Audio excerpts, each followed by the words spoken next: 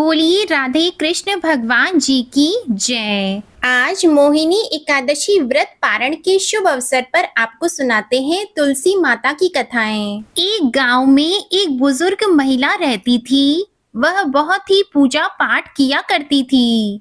वह रोज तुलसी माता की पूजा करती थी और वह बुजुर्ग महिला रोज तुलसी माता से कहती, हे तुलसी माता, आप मुझे बहू दें, पीतांबर की धोती दे, मीठा मीठा घास दे, बैकुंठ में वास दे, चटक की चाल दे, पटक की मौत दे, चंदन का काट दे, रानी सा काज दे, दाल भात का भोजन दे, ग्यारस की मौत दे और कृष्ण जी का कंधा दे। वह बुजुर्ग महिला हर महीने में तुलसी माता की रोज पूजा करती और उनके बिड़ले को रोज सींचती थी। तुलसी माता बुजुर्ग महिला की बात को सुनकर धीरे धीरे सूखने लगी। तभी भगवान श्री कृष्ण जी ने देखा कि तुलसी माता सूख रही है और तभी एक दिन भगवान श्री कृष्ण तुलसी माता जी के पास प्रकट हुए और भगवान श्री कृष्ण जी ने तुलसी माता से पूछा, तुम क्यों सूख रही हो? सभी महिलाएं तुम्हारी पूजा करती हैं और तुमको रोज सींचती हैं, लेकिन फिर भी तुम सूखती क्यों जा रही हो? इसका क्या कारण है? जिसके बाद तुलसी माता ने भगवान श्री कृष्ण जी से कहा कि हे प्रभु, एक बुजुर्ग महिला मेरे पास रोज आती है और रोज एक ही बात कहती है, हे तुलसी माता, सत की दाता, मैं तेरा बिड़ला सींचती हूँ, आप मुझे बहू दे, पीतांबर की धोती दे, मीठा मीठा घास दे, बैकुंठ में वास दे, चटक की चाल दे, पटक की मौत दे, चंदन का काट दे, रानी सा राज दे, दाल भात का भोजन दे, ग्यारस की मौत दे और कृष्ण जी का कंधा दे। मैं उस बुजुर्ग महिला की सारी मनोकामनाएं पूरी कर सकती हूँ, लेकिन उसकी एक मनोकामना पूरी नहीं कर सकती। मैं कृष्ण जी का कंधा कहाँ से दूंगी? भगवान श्री कृष्ण जी तुलसी माता की बात को सुनकर जोर जोर से हंसने लगे और फिर भगवान श्री कृष्ण जी ने तुलसी माता जी से कहा कि आप चिंता मत करो, जब वह बुजुर्ग महिला की मृत्यु होगी तब मौके पर मैं और आप ही कंधा दे देंगे। आप सुबह जब तक वह पूजा करने आए तब कह देना कि सब कुछ तुम्हें मिल जाएगा। कुछ दिनों बाद वह बूढ़ी महिला ठोकर खाकर रास्ते में गिरकर मर गई। पूरे गांव के सभी लोग आए और उस महिला को सभी लोग धर्मात्मा मानते थे। उसको तुलसी जी की डोकरी कहते थे। उसके परिवार में कोई भी नहीं था, इसलिए गांव वालों ने ही उसके अंतिम संस्कार करने की योजना बनाई और उसे नहलाकर जब बैकुंठी पर बैठाने के लिए उसे उठाने लगे तो उसके मृत शरीर इतना भारी हो गया था कि उसे कोई उठा भी नहीं पाया। यह सब देखकर वहां के सभी लोग तरह तरह की बातें करने लगे और कहने लगे कि ये इतना पूजा पाठ करती थी, हर समय माला फेरती थी, इसलिए यह इतनी भारी हो गई है। वहीं पूरे गांव में यह चर्चा होने लगी कि डोकरी माई कोई भक्ति नहीं करती थी, यह छल कपट करती थी। हम जिसे धर्मात्मा समझते थे वह पापी है जो कि किसी से भी नहीं उठ पा रही। यह इसके कर्मों की सजा है। इधर भगवान ने सोचा कि मेरे भक्तों की निंदा हो रही है, इसलिए भगवान ने बूढ़े ब्राह्मण का वेश धारण करके वहां पर आए और वहां पर इकट्ठा हुए लोगों से पूछने लगे कि यहाँ पर इतनी भीड़ क्यों लगी है। तब सभी लोग कहने लगे कि यह डोकरी माई मर गई है और पाप इतना था कि जिससे यह उठ भी नहीं पा रही। सब उठा उठा कर थक गए। तब ब्राह्मण ने कहा कि मुझे एक बार डोकरी के कानों में कुछ कहने दो, फिर वह देखो कैसे उठती है। तो सभी लोगों ने कहा कि आप भी प्रयास करके देख लो। तब भगवान ने उस बूढ़ी महिला के कानों में कहा कि हे डोकरी माई, देखो मैं आ गया।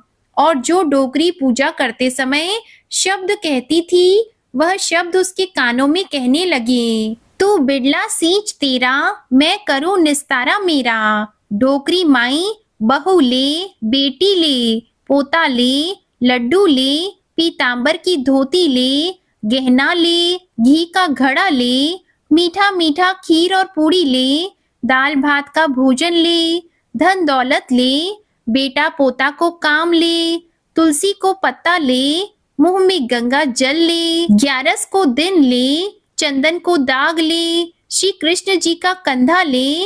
इतना सुनते ही डोकरी माई हल्की हो गई। भगवान श्री कृष्ण ने कहा, आओ और उसको उठाओ। भगवान ने हाथ लगाया और डोकरी उठ गई। सबको बड़ा ही आश्चर्य हुआ। उसे खूब धूमधाम से ले जाया गया। भगवान उसे अपने कंधे पर ले गए। पूरे गांव में इसकी चर्चा होने लगी, जिससे उसको मुक्ति मिल गई और वह बैकुंठ में चली गई। सभी लोग देखते रह गए। सभी लोगों ने देखा कि शमशान घाट तक तो ब्राह्मण साथ ही आया था, लेकिन अब वह दिखाई नहीं दे रहा है। इस पर लोगों को समझ में आ गया कि वह कोई और नहीं, स्वयं भगवान बूढ़े ब्राह्मण के रूप में आए थे। बोलिए श्री राधा कृष्ण भगवान की जय। बोलिए श्री तुलसी शालिग्राम जी की जय। अब तुलसी माता की दूसरी कथा को सुनते हैं। एक कुटुंब में ननद तथा भाभी साथ रहती थी। ननद का विवाह अभी तक नहीं हुआ था। वह तुलसी के पौधे की बहुत सेवा किया करती थी, लेकिन उसकी भाभी को यह सब बिल्कुल भी पसंद नहीं था। जब कभी उसकी भाभी को अत्यधिक क्रोध आता, तब वह उसे ताना देते हुए कहती कि जब तुम्हारा विवाह होगा तो मैं तुलसी ही बारातियों को खाने को दूंगी और तुम्हारे दहेज में भी तुलसी ही दूंगी। कुछ समय बीत जाने के बाद ननद का विवाह पक्का हुआ। विवाह के दिन भाभी ने अपनी कथनी के अनुसार बारातियों के सामने तुलसी का गमला फोड़ दिया और खाने के लिए कहा।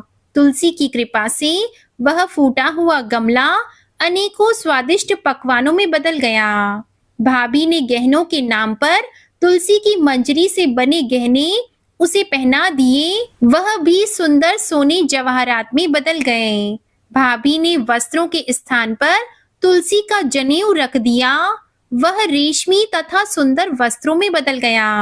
ननद की ससुराल में उसके दहेज की बहुत ज्यादा प्रशंसा की गई। यह बात भाभी के कानों तक भी पहुंची। उसे बड़ा ही आश्चर्य हुआ। उसे अब तुलसी माता की पूजा का महत्व समझ में आ गया। भाभी की एक लड़की थी। वह अपनी लड़की से कहने लगी कि तुम भी भुआ की तरह तुलसी की सेवा किया करो, तुम्हें भी भुआ की तरह फल मिलेगा। वह जबरदस्ती अपनी बेटी से सेवा करने को कहती, लेकिन लड़की का मन तुलसी सेवा में नहीं लगता था। लड़की के बड़े होने पर उसके विवाह का समय आता है, तब भाभी सोचती है कि जैसा व्यवहार मैंने अपनी ननद के साथ किया था, वैसा ही मैं अपनी लड़की के साथ भी करती हूँ, तो यह भी गहनों से लद जाएगी और बारातियों को खाने में पकवान मिलेंगे। ससुराल में इसे भी बहुत इज्जत मिलेगी। यह सोचकर वह बारातियों के सामने तुलसी का गमला फोड़ देती है, लेकिन इस बार गमले की मिट्टी मिट्टी ही रहती है। मंजरी और पत्ते भी अपने रूप में ही रहते हैं। जनेऊ भी अपना रूप नहीं बदलता। सभी लोगों तथा बारातियों द्वारा भाभी की बुराई की जाती है। लड़की के ससुराल वाले भी लड़की की बुराई करते हैं। भाभी कभी ननद को नहीं बुलाती थी। भाई ने सोचा कि मैं बहन से मिलकर आता हूँ। उसने अपनी पत्नी से कहा और कुछ उपहार बहन के पास ले जाने की बात कही। तो भाभी ने थैले में ज्वार भरकर कहा कि और कुछ नहीं है, आप यही ले जाओ। वह दुखी मन से बहन के पास चल दिया। वह सोचता रहा कि कोई भाई अपनी बहन के घर ज्वार कैसे ले जा सकता है। यह सोचकर वह एक गौशाला के पास रुका और ज्वार का थैला गाय के सामने पलट दिया। तभी गाय पालने वाले ने कहा कि आप गाय के सामने हीरे मोती तथा सोना क्यों डाल रहे हो। यह देखकर भाई को बड़ा ही आश्चर्य हुआ और उसने सभी हीरे मोती तथा सोना वापस अपने थैले में रख लिया।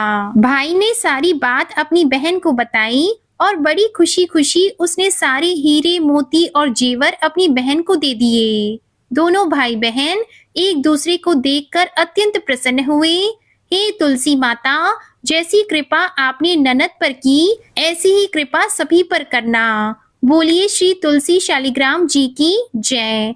बोलिए श्री लक्ष्मी नारायण भगवान की जय। आपको ये कथाएं पसंद आए तो इस वीडियो को लाइक करके चैनल को जरूर सब्सक्राइब कीजिएगा और बेल आइकन भी प्रेस कीजिएगा। साथ ही कमेंट में राधे कृष्ण भगवान की जय भी लिखिएगा।